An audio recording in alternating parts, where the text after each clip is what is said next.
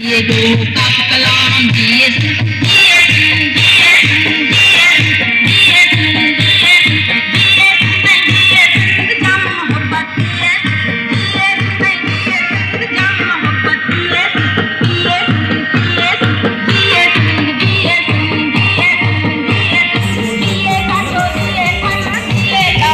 Bihari committee मरकज़ी सदर कामिल summer Haidar Jatoi Haidar चौक हैदराबाद ते सिंध जी सकाफ़ती ॾींहं हवाले सां कैंप लगाई हुई, जिते कामिल समर हैदर जतोई ख़िताब कंदे चयो त असांजी सकाफ़त सिंधी ॿोली आहे। असां उहो पैगाम ॾेई चुका आहियूं त असां पंहिंजी धरती जा वारिस, अॼु अमुन जी धरती जा वारिस पंहिंजे हर वसीलनि जी मालिकी करे सघूं था ऐं पंहिंजे वसीलनि जी मालिकी कंदासीं। अॼु जे चौक ते बीठा आहियूं जंहिंजो नालो हैदर चौक बाबा सिंध हैदर बग जतोई जी जेका तारीख़ी जदोजहद हिन चौक तां हली, जॾहिं वञण जी तहरीक, इमाड़ी तहरीक, अधु बटे जी तहरीक, हारियुनि लाइ वॾियूं तहरीकूं हलियूं, हिननि तहरीकनि कामयाबी माणियूं। असां धरती जा 7 करोड़ वारिस पंहिंजी धरती जे वसीलनि जी मालिकी कंदासीं। कारपोरेट फार्मिंग, सिंध जी ज़मीनूं, सिंधु दरिया, सिंध जा वसीला पंहिंजी मालिकी करणु ॼाणूं था। असां अॼु बि वचन कयूं था त पंहिंजी ॿोली सां गॾोगॾु सिंध जा वसीला बचाईंदासीं। कॾहिं बि सिंध मथां वार थियो त सिंध जा 7 करोड़ माण्हू कॾहिं बि इहो वार सिंध धरती ते क़बूल न कंदा। सिंधी प्यारा हिम्मत कर, हार न मन की जुर्मत कर, जालिम जो कर हाम तमाम, जिए सिंध, जिए सिंध, जिए सिंध, जिए सिंध। अॼु असां सकाफ़ती ॾींहं मल्हाए रहिया आहियूं सॼी दुनिया में। अॼु सिंध जे माण्हुनि अमन जी धरती जे पहिरोकारनि सॼी सिंध में ख़ुशियूं ऐं जशन ऐं वचन कयो आहे सिंध धरती सां। ऐं उहो कहिड़ो वचन आहे त असांजो सकाफ़तकारी जबल बि आहे, असांजी सकाफ़त मोहन जो दड़ो बि आहे, असांजी सकाफ़त सचल साईं जी दरगाह बि आहे, असांजी सकाफ़त शाह अब्दुल लतीफ़ भिटाई बि आहे, ऐं असांजी सकाफ़त सरदू दरिया बि आहे, असांजी सकाफ़त सिंधी ॿोली बि आहे। असां इहो अॼु पैगाम ॾेई चुका आहियूं त असां पंहिंजी धरती जा वारिस, अॼु अमन जी धरती जा वारिस, अॼु इहो पैगाम ॾेई चुका आहियूं त जी मालिकी करी सघूं था ऐं पंहिंजे वसीलनि जी मालिकी कंदासीं। अॼु जे चौक ते बीठा आहियूं जंहिंजो नालो हैदर चौक ऐं बाबा सिंध हैदर बग जतोई जी जेका तारीख़ी जिदोजहद हिन चौक तां हली, जॾहिं एमआरडी जी तहरीक जो ऐलान थियो, जॾहिं वन यूनिट जी तहरीक जो ऐलान थियो, जॾहिं 4 मार्च जी बम किराया विया त इहा ई हैदर चौक हो। हितां ई तहरीकूं हलियूं ऐं उन्हनि तहरीकुनि कामयाबी माणी।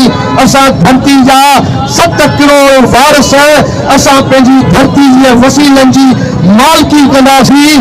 कारपोरेट फार्मिंग, सिंध जी ज़मीनूं हुजनि, सिंधु दरिया हुजे, सिंध जा वसीला हुजनि, असां पंहिंजी मालिकी करणु चाहियूं था। असां अॼु वचन था कयूं पंहिंजी ॿोली सां गॾोगॾु सिंध जा वसीला बचाईंदासीं ऐं कॾहिं बि हर्ज़िक सिंध ते को बि वार थियो त सिंध जा 7 करोड़ कॾहिं बि इहो वार सिंध धरती ते क़बूल न कंदा। असांखे तबाह कयो पियो वञे, असांखे पेंशन लुटियो आहे, असांखे पेंशन मारियो आहे, असांजी ज़मीनूं वॾेरा जागीरदार नवाब सरदार जिन असांखे तबाह कयो आहे, असांखे कबीलाई जेल में विरायो वियो आहे। सिंधी क़ौम खे मंशात जी जेका मंथली वरिती पई वञे, असां मंशात खां पाक सिंध था चाहियूं। असां हिन अमन जी धरती जा पैरोकार, असांखे कबीलाई झड़नि खां पाक सिंध खपे, असांखे लतीफ़ जी सिंध खपे, असांखे सचल जी सिंध खपे, असांखे बाबा सिंध हैदर बग जतोई जी सिंध खपे, जिन असांखे अमन जो पैरोकार करे ऐं जिए सिंध जहिड़ा नज़रिया ॾिना।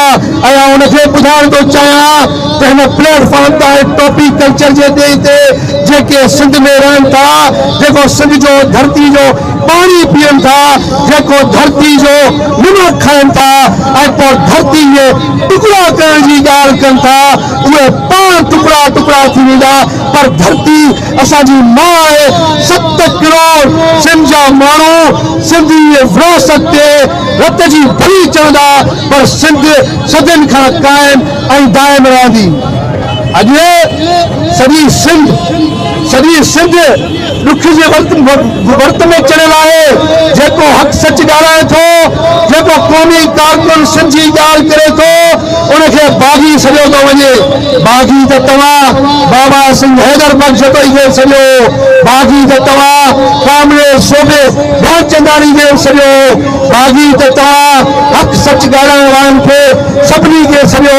पर सिंध जेका हक़ घुरे थी, जे बाग़ी असांखे भले बाग़ी सॼो, असांखे फांसी घाटनि ते चाढ़ियो, पर सिंध जी मालिकी, सिंध जी हक़ीक़ी वारसी सिंध जा माण्हू कंदा, सिंध जा हारी कंदा, सिंध जा पोड़ियत कंदा, सिंध जा मज़दूर कंदा, सिंध जा ई नौजवान गैरतमंद कंदा, सिंध जा सहाफ़ी वकील अदीब गैरतमंद जेके सिंध जा दानिश्वर हूंदा, जेके सिंध अमर सां गॾु ॾुखे वक़्त में बीठा आहिनि ऐं बीहंदा, ऐं उहे सिंध जी मालिकी बाबा सिंह हैदर बख्श जतोई कामरेज सूबे ध्यानचंदानी जॾहिं हुन खां आख़िरी इंटरव्यू वरितो, चई कामरेज सिंध जे माण्हुनि खे छा मैसेज ॾींदे? चई आउं सिंध जे माण्हुनि खे आख़िरी मैसेज इहो ॾींदुमि, सिंधियो सिंध जी मालिकी वठिजो। ऐं अॼु सिंध जी मालिकी वठण जो वक़्तु अची वियो आहे।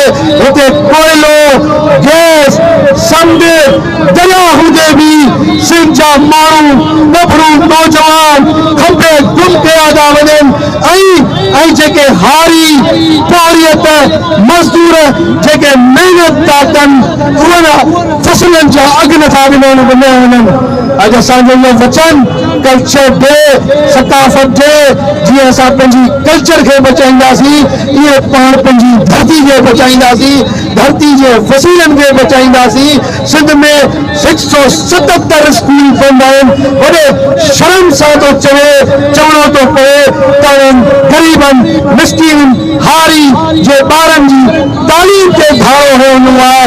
इहो किथां जो चूंडियल नुमाइंदा आहिनि जिन असांखे ॾुख में छुड़ाया आहिनि, जे सिंध खे तबाही जे रस्ते ते वठी विया आहिनि। सिंध में रोड रस्ता तबाह थी विया आहिनि, अस्पतालुनि में ग़रीब माण्हुनि जा इलाज न आहिनि। पर गैरतमंद जेके सिंध धरती सां अॼु कल्चर डे सां अॼु वचन करण निकिता आहियूं, और धरती सां बि वचन करण निकिता आहियूं। असां पंहिंजा वसीला पंहिंजी धरती ऐं धरती जे माण्हुनि सां आख़िरी दम ताईं बीठो रहंदासीं। जीअं पंहिंजी तहज़ीब, पंहिंजी कल्चर, सिंध जो नौजवान, सिंध जो हारी, सिंध जो मज़दूर ऐं बाबा सिंह हैदर बख्श जो जेको नज़रियो ऐं जेको ॾाटो वारो झंडो ऐं जेका हक़ सच जी राह आहे, उन हक़ सच जी राह ते हलिणो पवंदो। ख़ुशहाली पंहिंजी आहे। धरती जा वारिस पाण आहियूं। तव्हां खां थो पुछां त धरती जा वारिस केरु आहिनि? बाबा हथ मथे करे ॿुधायो। धरती जा वारिस पाण आहियूं। धरती ते हींअर ॾुखो वक़्तु आहे। धरती खे सिंध जे माण्हुनि खे अगरि बचाइणो आहे त पोइ ख़ुदा अचो त ही वक़्तु पाण पंहिंजी धरती बचायूं, पाण पंहिंजूं ज़मीनूं बचायूं, पाण पंहिंजो सिंधू दरिया बचायूं, पाण पंहिंजो तालीम बचायूं, पाण पंहिंजी सकाफ़त बचायूं, पाण ग़रीब मिस्कीन माण्हुनि बुख जो जेको बुख जी फाका कशी जी ज़िंदगी पिया गुज़ारियूं, जेके पाण खे चूंडियल नुमाइंदा 47 फार्म जा ॾिना विया आहिनि, जेके सिंध खे तबाह पिया कनि, उन्हनि वॾेरनि जागीरदारनि ऐं नवाबनि ऐं भातारनि खां जे जान न छॾाईंदा त पोइ पंहिंजूं नस्लूं बि ख़ुशहाली जे रस्ते ते न वेंदियूं। ऐं पोइ तव्हां खां इहो ई पुछंदियूं त बाबा असांजी सकाफ़त, असांजी कल्चर, असांजी तहज़ीब, असांजी ॿोली केॾांहुं वई? ऐं पोइ पाण उन्हनि जे साम्हूं सिंध धरती ते ग़ुलामी वारी ज़िंदगी गुज़ारींदासीं। तेज़ी सां सिंध में भारी आबाददारी पई अचे जेका असां सदियुनि खां वठी 75 सालनि खां वठी धरती सां मोहब्बत इश्क में वचन में पंहिंजी अॼु बि उन जज़्बे ऐं उन पोरे ऐं उन हारी ऐं उन मस्ती ऐं उन नौजवाननि सां गुज़ारूं पिया आख़िरी दम ताईं धरती सां मोहब्बत वचन निभाईंदा ईंदासीं ऐं ओतिरे ताईं जीअं बाबा सिंह चयो छॾायो वॾेरनि खां क़ौमी क़यादत इन्हनि जी क़यादत में आहे ज़लालत बपा जे कयो त राशी हुकूमत फना जे कयो त इज़त अदालत असांखे पंहिंजो चौंक हैदर चौंक ते जिते बीठायूं इन चौंक ते अॼु वचन था कयूं त आख़िरी रत जे फुड़े ताईं सिंध धरती जी मोहब्बत में असांखे सिरनि जा नज़राना बि ॾियणा पिया त ॾींदासीं पर धरती मां मोहब्बत ॾींदड़ असांखे पालींदड़ असांखे अनाज खाराईंदड़ असांखे अहिड़ी तारीख़ ॾींदड़ अहिड़ी सकाफ़त ॾींदड़ असांखे भिटाई सचल शाइना शहीद ॾींदड़ असां हुननि जा पैरोकार आहियूं असां टिकण वारा न आहियूं असां हटण वारा न आहियूं असां भॼण वारा न आहियूं असांजी तारीख़ पढ़ो सिंधी छा तारीख़ आहे छा जाग्राफी आहे असां हिते जे आयल माण्हुनि खे लबेक चयो ऐं अॼु उहे नफ़रतुनि जी ॻाल्हियूं पिया कनि असां ही धरती त पैरोकार आहे सूफ़नि जी धरती अमन जी धरती यतीमनि मिस्कीननि खे असां पढ़ायो ॾिनो आहे असां धरती ते कॾहिं को वार बर्दाश्त न कंदासीं आख़िरी दम ताईं धरती सां निभाइबो अॼु सॼी दुनिया में सॼी सिंध में अॼु असांजी कल्चर डे ते असां इहो पैगाम ॾेई छॾियो आहे त असां गॾु आहियूं असां धरती बचाइण जे वारिस आहियूं असां धरती बचाईंदासीं असां पंहिंजी सकाफ़त अजरक हर शइ बचाईंदासीं जिए हारी ऐं मज़दूर जिए हारी पुरनूर पूरे अंदर सुबुह शाम जिए सिंध जिए सिंध जिए सिंध जिए सिंध जिए सिंध जिए सिंध जिए सिंध